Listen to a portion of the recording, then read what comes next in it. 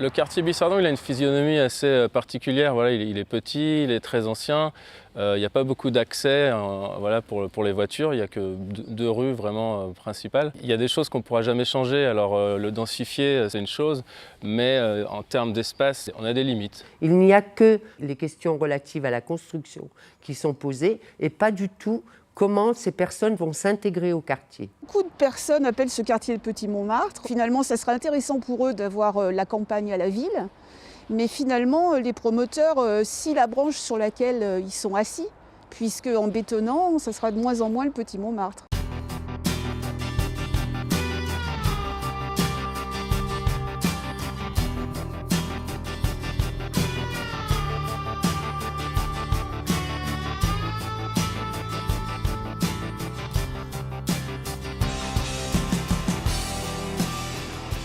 Quand on vit le quartier au quotidien, il y a déjà des limites, il y a déjà une saturation qui est en place sur différents sujets. En termes de circulation automobile et puis qui est directement liée après à la sécurité des personnes, des piétons, des vélos, des cyclistes, des deux roues. Il y a déjà des zones de friction, des zones rouges où il y a eu déjà plusieurs accidents.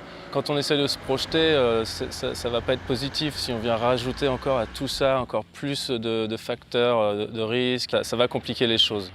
On veut bien qu'il y ait des constructions nouvelles, mais que notre expérience du quartier, ce que moi j'appelle l'expertise d'usage, soit prise en compte, c'est-à-dire qu'on soit entendu, que ça ne nous soit pas imposé sans qu'on ait rien à dire. Les personnes à qui on vend des immeubles sur papier, sur plan, pour les appartements, on leur vend une qualité de vie qu'ils ne trouveront pas.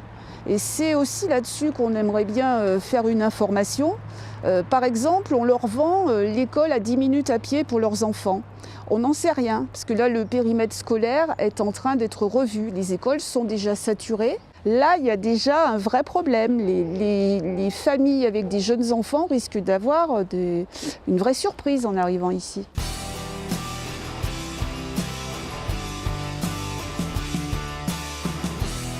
Comme le dit la métropole elle-même, une densification doit s'accompagner d'une politique, d'une vraie politique d'urbanisme.